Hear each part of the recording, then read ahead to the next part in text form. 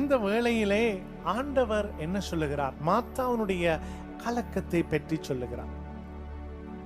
என்ன மாத்தா ஒரு கம்ப்ளைண்ட் பண்றார். ஆண்டவரே, நான் தனியாக நின்று உமக்கு பணிவிடை செய்கிறேன்.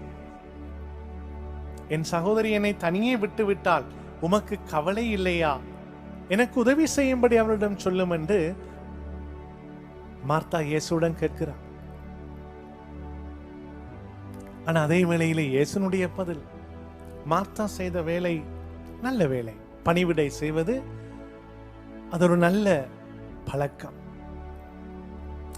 ஆனால் மார்த்தா என்ன செய்கின்றாள்? இங்கே புலம்பிக் கொண்டு அந்த பணிவிடையை செய்கிறார்.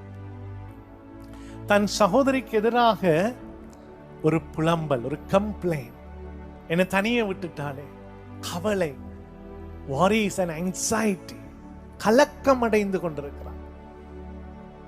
அங்க இயேசு சொல்லுகிறார், மரியா தேர்ந்து கொண்டது நல்ல பங்கு. ஆகவே அன்பு சகோதரங்களே, இந்த இடத்துல ஆண்டவர் இயேசு இந்த வார்த்தை வழியாக நமக்கு சொல்லுவது, ஆண்டவருடைய பிரசன்னத்திலே காத்திருந்த அவருடைய வார்த்தையை கேட்டு அவருடைய குரலை கேட்பது நம்முடைய ஆன்மீக வளர்ச்சிக்கு மிக முக்கியமான ஒரு விடயமாகும். For our spiritual growth என்று சொல்லலாம். அந்த நல்ல பங்கை மரியாள் தேர்ந்து கொண்டால் அது நல்ல பங்கு. It's a better part. ஆனால் மார்த்தா கலக்கத்தோடு இருக்கிறார்.